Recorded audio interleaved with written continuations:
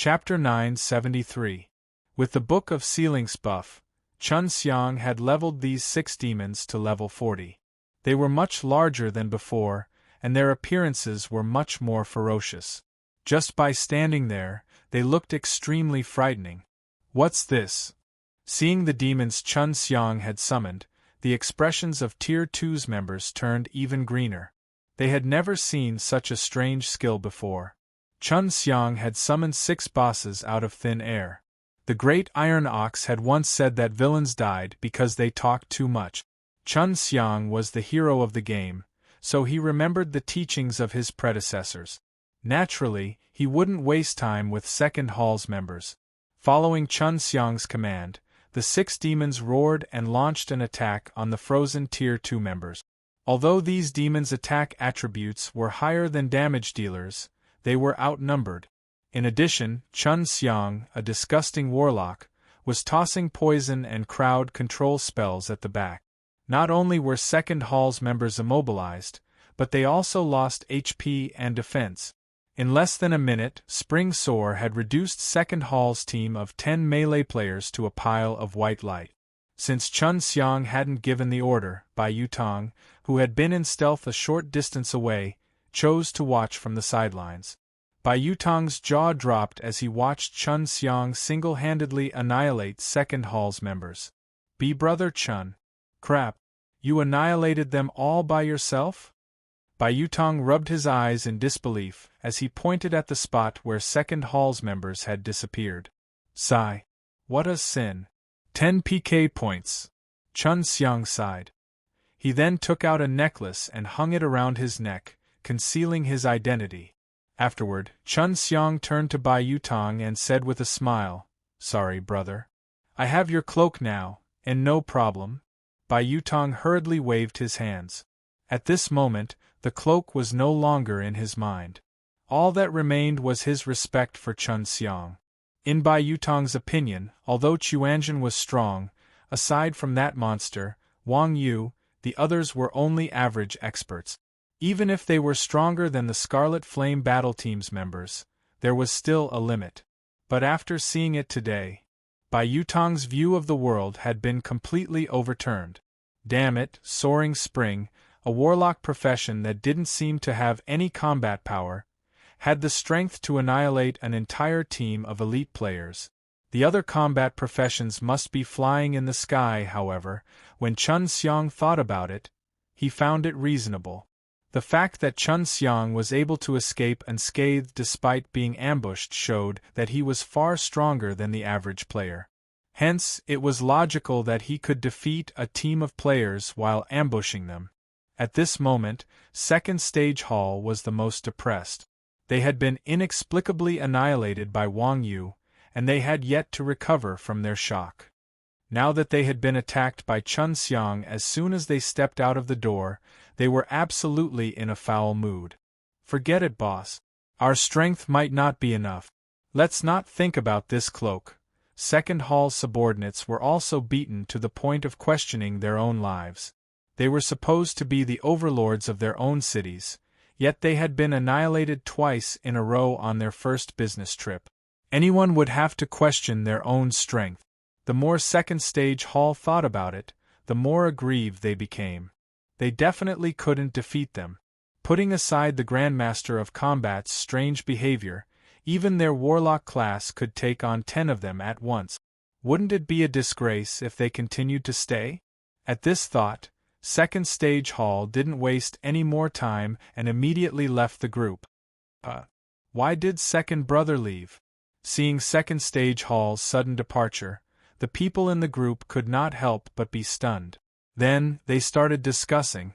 April Jade said coldly, "Humph, this trash must be scared. I told you long ago that these people can't be relied on. We should work alone." Cough cough. Although Second Stage Hall had left, the teams of other guilds were still there. When they heard April Jade's words, they couldn't help but cough. Covering Sunglow said helplessly, "There's nothing we can do. We're separated by a main city. Can they even bring their main forces over? It's not like you didn't see how cunning Chuanzhen's people are." That's right, This is the 5th time I've refreshed the coordinates, and I still haven't found them, someone at the side chimed in. Bullsh *T. April Jade was just about to retort when he suddenly saw a figure in front of him. The person looked very burly.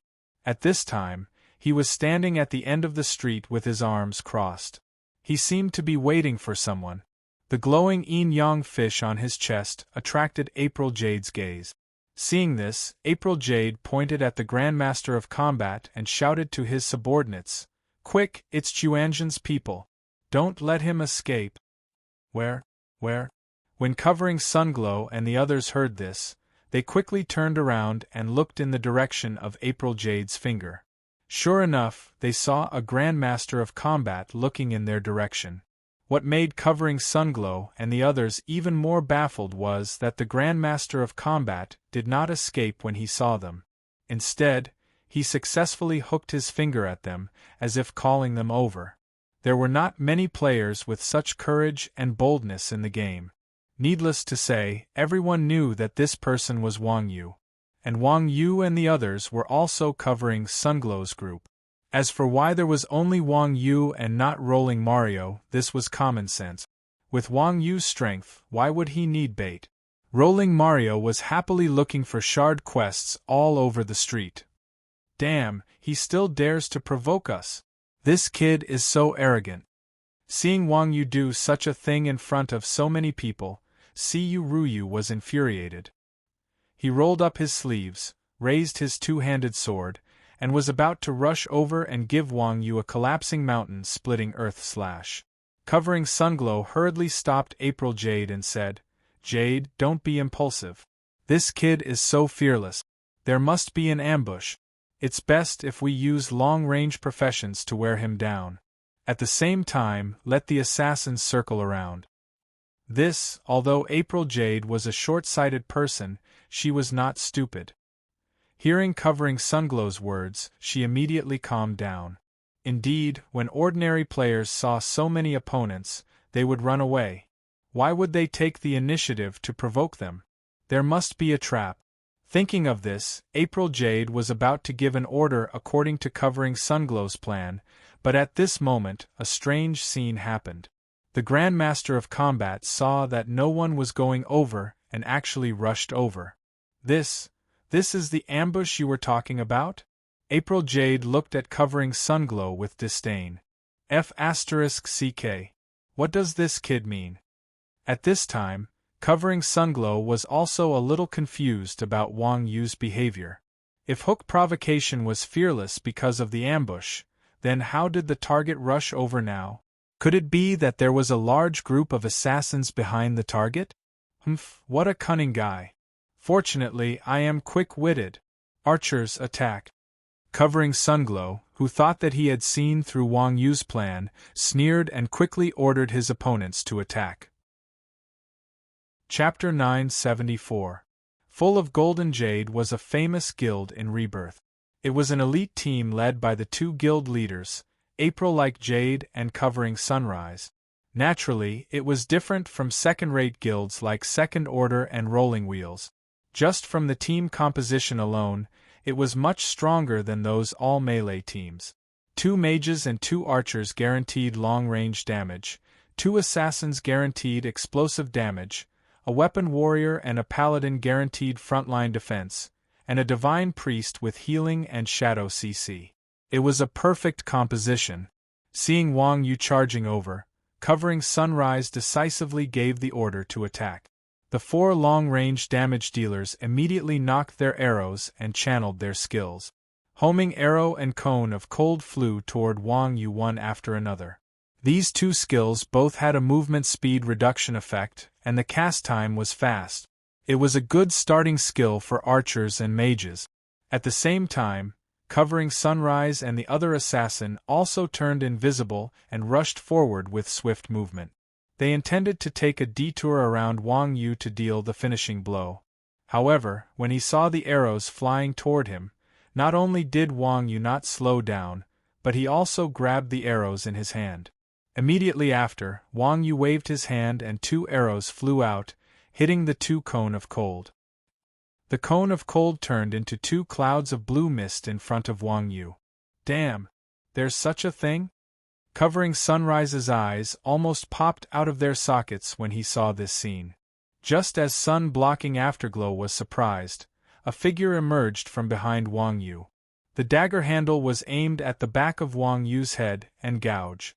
Wang Yu seemed to have eyes on the back of his head. He grabbed the assassin's wrist and pulled the assassin from behind to in front of him. Then, he punched the assassin into white light. Although assassins had low HP, they were still a leather-armored class. Their defense wasn't low, yet Wang Yu had instantly killed them with a single punch. The damage was so high that shrouding Afterglow trembled in fear. He instinctively stopped moving, not daring to take another step forward. However, the tree longed for peace, but the wind would not stop.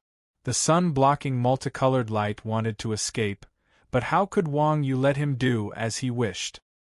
He slapped his other hand, and a white light swept towards the sun-blocking multicolored light. Shrouding Sunglow didn't know what was going on, but he was swept up by the white light. When he reacted, he was already in front of Wang Yu, and Wang Yu grabbed his head. At that time, the ranged class's second wave of attacks had already arrived. Wang Yu casually swatted away the arrows, and with his other hand, he dodged the spells while dragging the sun-shrouding glow behind him. He then charged towards 4 moons like Jade and the others. Seeing that Wang Yu was coming at him aggressively, the scepter in the paladin's hand flashed and turned into a giant shield, smashing towards him with holy shield impact. Siyu Ruyu also used a stabbing strike on Wang Yu. Hee. Wang Yu smiled and dodged to the left, dodging the 4 moons jade sword.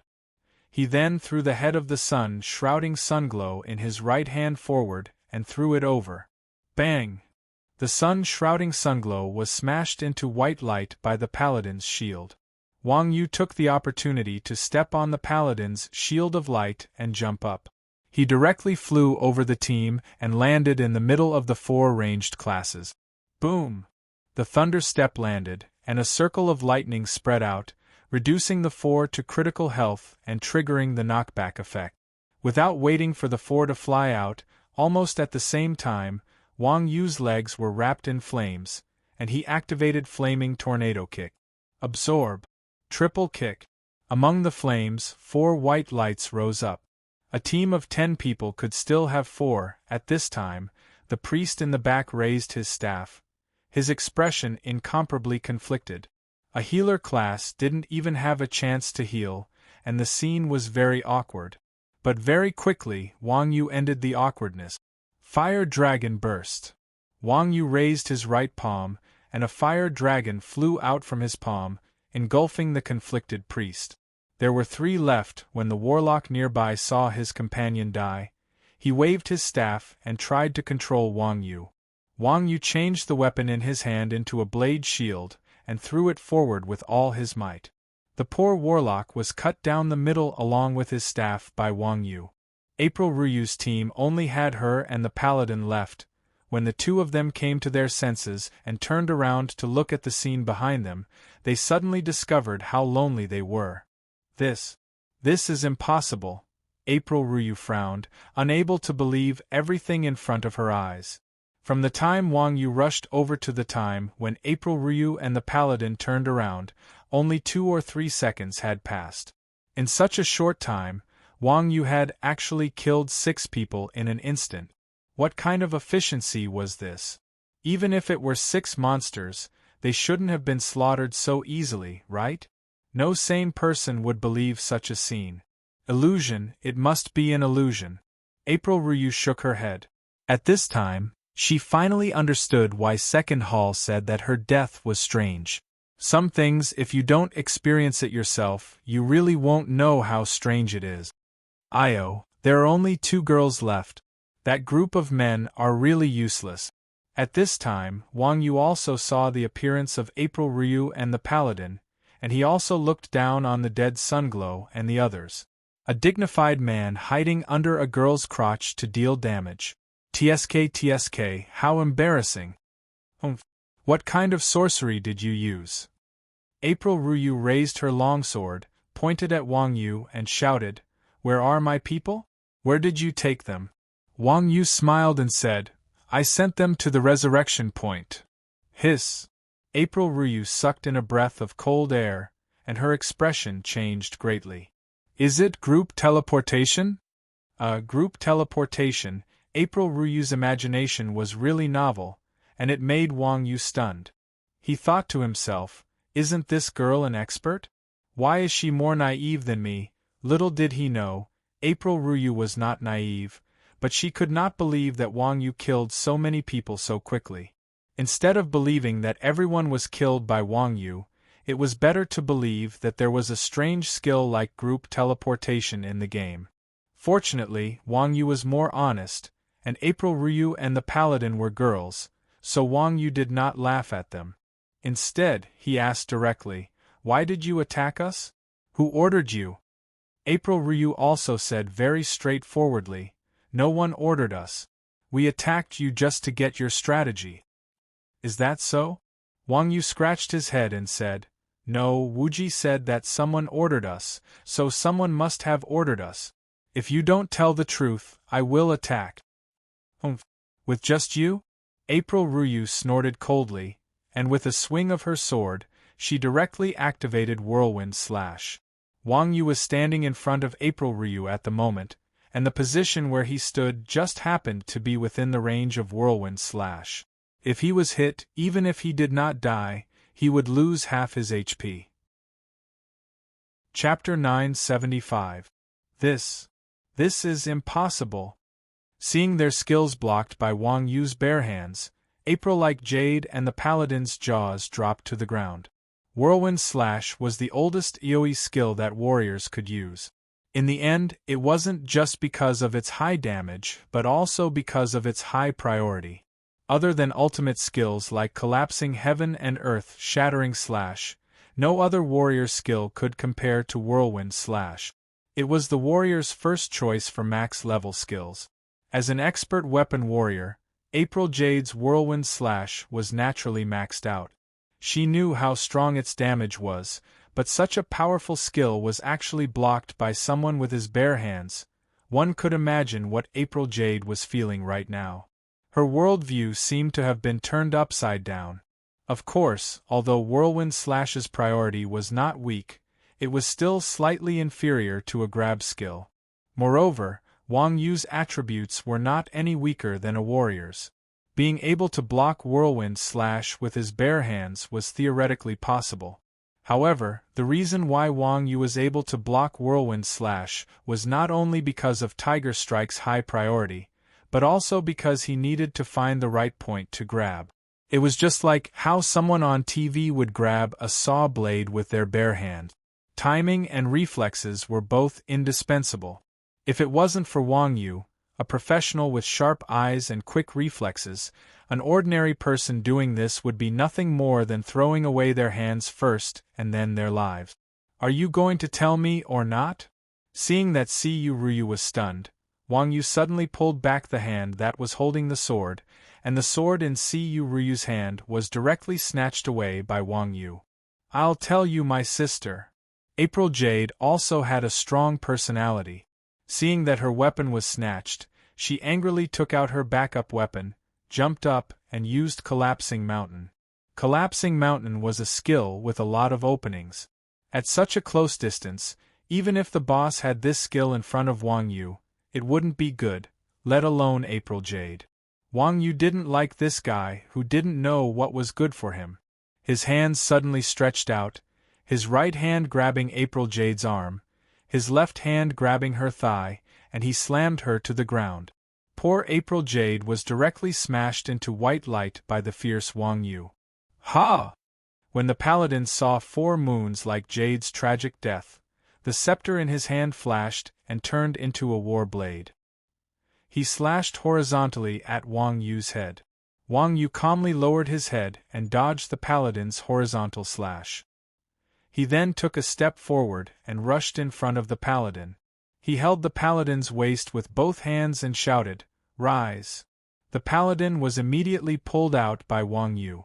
Immediately after, Wang Yu leaned back and used a suplex. The paladin's head slammed into the ground. Paladins were one of the hardest tanking professions, so their skin was incredibly thick. After taking a back throw from Wang Yu, the girl's HP had only dropped by half. Just as the girl was about to quick recover, Wang Yu rolled backward and pressed one knee on the girl's chest. At the same time, he rubbed his hands together and pressed a chi wave on the girl's pretty face. The girl let out a groan and was turned into ashes. At the same time that 4 moons like Jade's group was annihilated, the players who were chasing Chuanjin's group in the other corners of Thorn City had also bitten the bait and were ambushed by Chuanjin's group. Aside from running away from an overpowered player like Wang Yu, the rest of Chuanjin's group were also top-tier experts. They could easily take on 10 people at a time. Even a shield-bearer like Yin Lao Air, with the help of Scarlet Flame's damage dealers, was able to defeat all the opponents he encountered. The others, like Mingdu and Bao San, could naturally kill a group of people with a wave of skills. The 2 girls, Yang Na and Linglong Dream, could also kite them. Famous sword Daoshue and Baiming Yuyu, the 2 wordsmiths, were even more amazing. Their use of stealth was superb. The opponents could not even touch their shadows before they were wiped and sent back to the resurrection point. Inside the resurrection point, Shrouded Afterglow and the others saw many of their companions. They were originally chasing after Chuanjin's group, but they were all killed instead. For a moment the situation was very awkward. Hee, I was looking for you. Yeah, you're here too. Everyone looked at each other and greeted each other awkwardly, not knowing what to do. Everyone had heard about the strength of Chuanjin's group. After all, they appeared on TV every day, raided faction dungeons, and explored new maps. However, the first ambush ended with Chuanjin's group fleeing.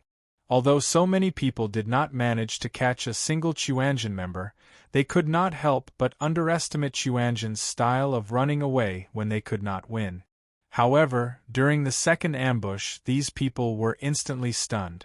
At the same time, these people fully understood how terrifying their opponents were. Everyone died in a variety of ways. Some were kited to death, some died without even seeing their opponents, and some were wiped out by a single set of skills. This was especially true for Shrouded Afterglow's group. Their deaths were inexplicable, almost supernatural. The contrast between the 2 ambushes thoroughly woke everyone up. Only then did everyone realize what kind of people they were fighting against. They had originally thought that their opponents would be as strong as they had imagined. Little did they know that their opponents were stronger than they had imagined. Against such an opponent, it seemed that giving up like Second Hall wasn't a bad idea. Knowing when to retreat was not necessarily a bad thing. Just as everyone was wondering whether to give up or not, a message suddenly flashed in the public channel. You guys can't split up like this. Everyone looked at the player who sent this message. It was the boss who sold Chuanjin's group the coordinates. What do you have in mind, boss? Shrouded Afterglow asked with a frown. It's simple. Strength comes in numbers. You have over 100 people. How can you not defeat a dozen people? This. Everyone fell into deep thought when they heard the boss's words. That's right. Whether it was in the game or in real life, numbers were an absolute advantage in the era of cold weapons. On the battlefield, team formations and class coordination could definitely maximize the advantage of numbers. One person might be able to fight 10 people, but 10 people against 100 people was definitely a different kind of battle. If everyone worked together now, even if the opponent was strong, a 10-man formation would not be a match for a 100-man formation. Thinking of this, everyone began to whisper to each other. How about it? Let's work together. There are 300 main cities in the game. It's fine if we work together. Haha. Shrouded Afterglow chuckled. Boss, you really are smart. However, you might not be doing this to help us. None of us want to be used by others. Chapter 976. Watch Chuanjin suffer? Covering Sunglow sneered. Why do I feel like we're the unlucky ones? You're not as good as them. Are you blaming me? The boss replied indifferently. Covering Sunglow was annoyed. Aren't you afraid that we'll quit now? Of course not. The boss said. Do you think anyone else here will listen to you besides your subordinates? You! Covering Sunglow was speechless. The boss was right. Although everyone's goal was the same, they each had their own plans. One less person meant one less bonus. No one cared about what others thought. If it wasn't for the fact that their opponent was too difficult, they wouldn't have thought of working together. Besides, there's no lack of adventurous spirit in the game. Do you think you're the only ones buying information from me? As he said this, Covering Sunglow saw hundreds of messages flashing in the temporary chat group. These were all notifications of new players joining the chat room. Covering Sunglow was dumbfounded. That's right, this information peddler didn't lack thugs. Covering Sunglow knew that only the leaders of the teams could join this chat room. If each team had 10 people, then this information peddler had thousands of people. Covering Sunglow's 10-man team was absolutely dispensable in front of thousands of people. The bosses of these guilds weren't fools. They could see that the information peddler was using someone else to do his dirty work. But even if they were used as a tool, the final benefit was real. Everyone was mutually beneficial. In that case, Covering Sunglow had nothing to say. The more people there were, the higher the chance of winning. With Covering Sunglow's intelligence, it wasn't hard to choose whether to follow this information peddler or quit. The others didn't need to be said. When it came to choosing a team, everyone was naturally biased towards the winner. After pulling all the leaders into the chat room, the information peddler sent a set of coordinates for Chuanjin and the others. He didn't choose to pay to view it. After seeing the coordinates, all the players in Thorn City quickly gathered at the resurrection point. At the same time, everyone from Chuanjin and Scarlet Flame was pulled into the same chat by Wuji. At this time, Mingdu said in the team channel, Wuji, I've already asked around. These people are all buying information on their own. There's no mastermind behind this. You're thinking too much. Wuji smiled faintly and said, Do you know whose information they bought? I don't know. Mingdu shook his head. Wuji said, That person sold us information, and he didn't expose his identity. Don't you think it's strange? You mean to say that the person who sold the information is the mastermind? Since Wuji's words were so direct, everyone finally understood what he meant. That's right. Moreover, that person knows us quite well. He should be our old rival, Wuji continued. Old rival, who's that? Everyone was still at a loss. Chuanjin had committed too many sins, even its old enemies were too many to count. It can't be that trash Dugujioqiang, right? To place one's pride said after thinking for a moment. In his rebirth, the Chuanjin sect seemed to have interacted with him and was still living peacefully as an old enemy, the world's end. Humph! Wuji coldly snorted and said, Although Gundog is a despicable person, he wouldn't use such a despicable method. This was true. The Apocalypse Era was a famous big guild. If they wanted to find trouble with Chuanjin, they didn't need to use such a roundabout method. Posting a photo of his opponent on the forum, then using the excuse of selling information to kill him, there were very few people who could do such a despicable act that would rather die than suffer losses. Wang Yu thought for a moment and said in a low voice, Could it be watching fish underwater? Chuanjin's old rivals, Wang Yu had seen many of them. When it came to playing tactics, Wang Yu had never seen anyone dirtier than Wuji. However, the despicable method of watching fish underwater was still fresh in Wang Yu's memory. This guy was best at sowing discord. He was definitely a shameless person who was infinitely close to Wuji. Old cow is right. Everyone listened to Wang Yu and couldn't help but nod in agreement. In terms of behavior, other than watching fish underwater, they really couldn't find a second person as despicable as him. Didn't that bastard get blocked by the people from Thunderstorm City and quit playing? Hearing that the opponent was watching fish underwater, to place one's pride was a little surprised. Chick, don't ever say that you're with us when you go out in the future. Everyone listened and started to attack to place one's pride. F***ck F***ck F***ck. You bunch of trash. To place one's pride was furious. Are you saying that I'm not speaking the truth? Spring Xiang laughed. Child, do you think Thunderstorm City's people have a huge grudge with watching fish underwater? To place one's pride heard this and immediately stopped talking. There was no hatred for no reason in the game. Other than those big opposing guilds, normal players rarely had enemies that they would never interact with. It had been so long since watching fish underwater was chased. Thunderstorm City's players had long since forgotten who watching fish underwater was. Who would waste time and energy to chase after a forgotten person? Watching fish underwater was also an extremely persistent person. He definitely wouldn't let go of any opportunity to disgust his opponent. Therefore, only this guy could use this kind of method to disgust people. F***ck, where is this bastard? I'm going to kill him. When Exquisite Dream heard that it was watching fish underwater, she couldn't control her anger and shouted that she wanted to risk her life. However, Wuji said, in order to hide himself, this guy doesn't even dare to reveal his ID. How could he let you find him? According to his usual temper, those guys that we killed should be regrouping and preparing to face us head-on. If you go up now, you'll just be throwing your life away. Then what do we do? Exquisite Dream anxiously asked. Do the same as before. Hide in the shadows and stroll around the street.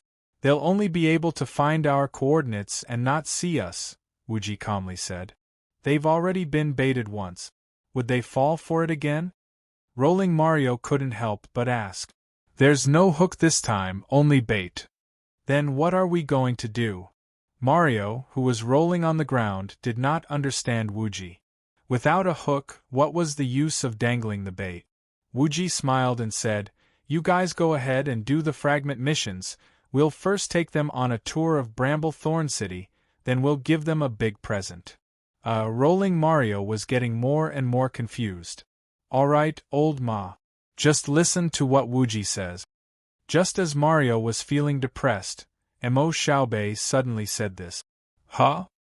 Hearing Mo Xiaobei's words, Chuanjin and Scarlet Flame Battle Team were all very surprised.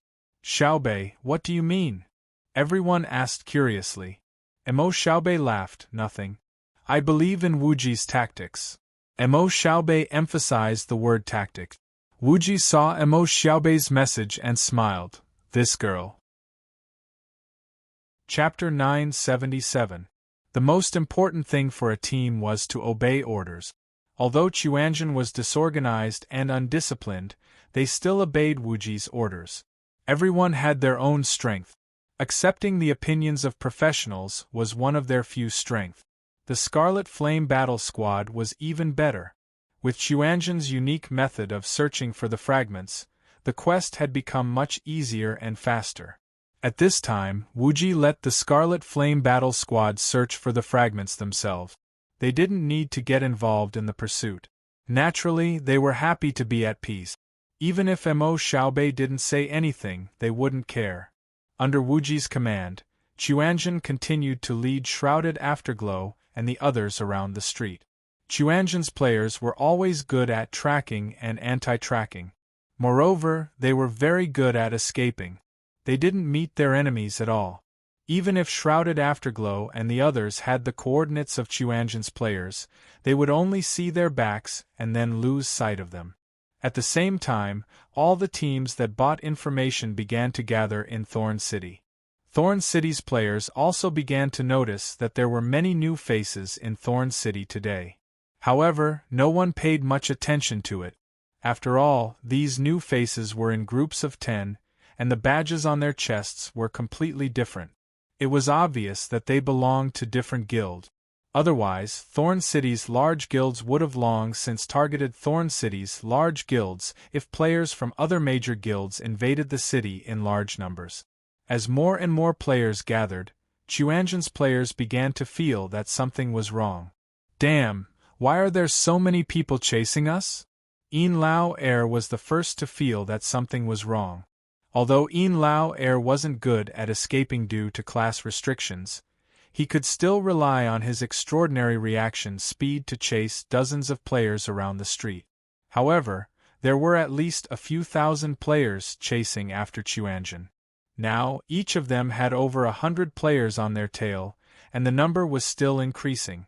With so many people surrounding and intercepting them, Yin Lao Er's weakness became more and more obvious. Naturally, he would feel very strained. Wu Ji replied, "The enemy is our old rival. Do you really think that he will place his bets on those people from the beginning? The enemy must have spread our information." Wu Ji was right. If it was a new opponent, they would definitely question Chuanjin's strength, because of the number of people Chuanjin had.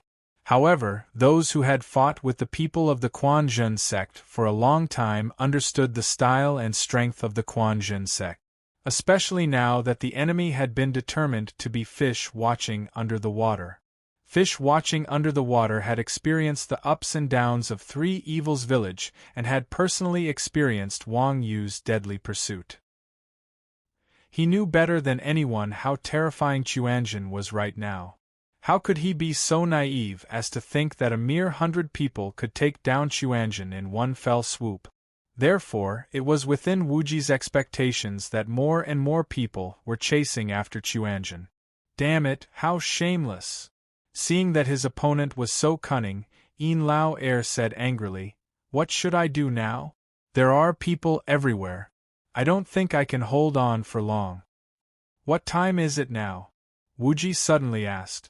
Chunxiang said, "It should be 5 in the afternoon." "Yup, it's almost 5.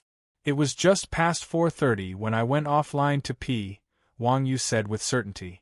Mingdu said angrily, "Damn it, we've been chased for 4 hours. I've never felt so aggrieved before. When can we counterattack?" Mingdu couldn't be blamed for being angry. With Chuanjin's usual strategy of attacking when the enemy was tired and retreating when the enemy advanced, everyone would fight and run at the same time. Even if there were injuries, at least there would be a sense of achievement. However, they couldn't even fight and could only hide. Although they didn't suffer any injuries, it wasn't Chuanjin's style. "It's 5. Wu Ji thought for a moment and said, "It's about time. Second brother, don't worry about the pursuers. Just run toward the central street. If you really can't hold on, use your ultimate move. We must lure them to the central street." "Alright." Yin Lao Er nodded helplessly. "What about us?" Mingdu asked anxiously. Wu Ji said, "You guys run fast. Let's run 2 rounds first." "Damn it. Still running?" Hearing Wu Ji's order, Mingdu almost kicked back. Wang Yu smiled and said, "Are you stupid? When you're about to be surrounded, kill a few, they can't catch up to me," Mingdu said gloomily. Everyone laughed. "Then can't you run slower?" "Haha, that's right. When I was surrounded just now, I killed a few of them with a blink chain kick. It felt so good." To Place One's Pride said proudly. "Damn it, you guys are so despicable. Despicable, despicable." Bright Doe immediately understood what these guys were trying to say. The guild channel was immediately flooded with Bright Doe's emojis. Wu Ji casually muted Mingdu, then said with a dark expression, "You guys dare to disobey my order. Whoever lures the guards here, just you wait." "Huh? Did I say something?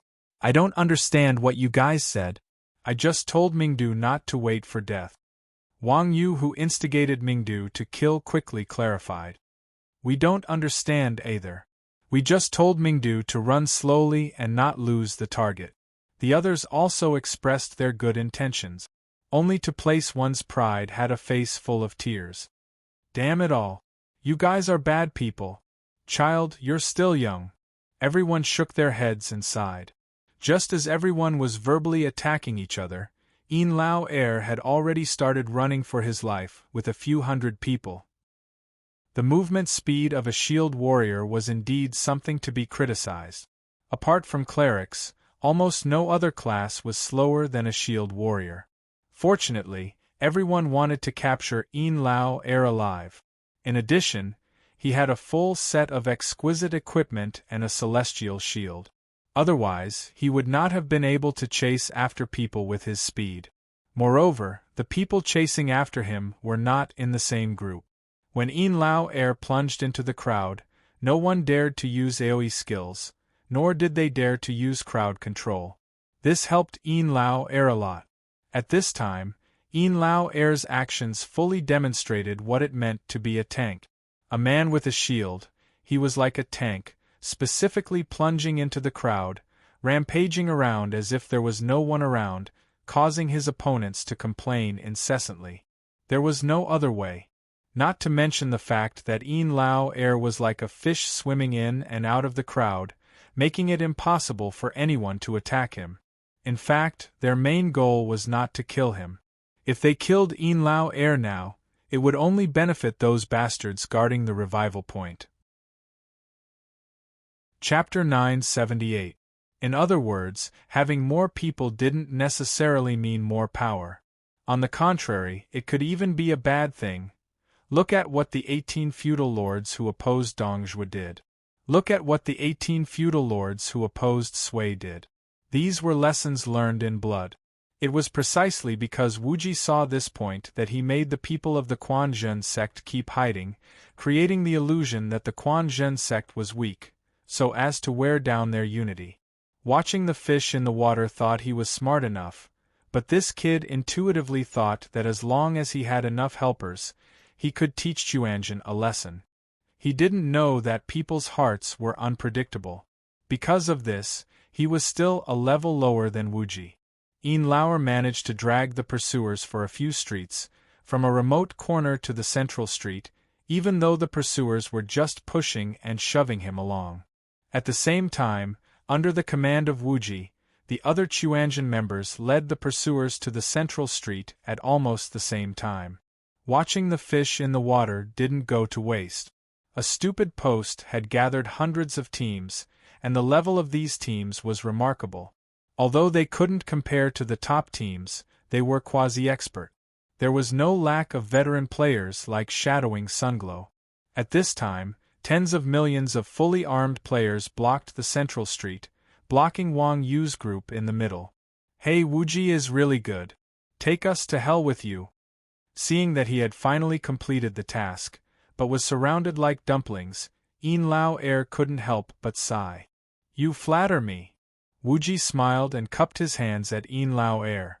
At this time, Shadowing Sunglow walked to the front of the crowd, pointed at Chuanzhen's group, and scolded, "Humph, you Chuanzhen people do all kinds of evil.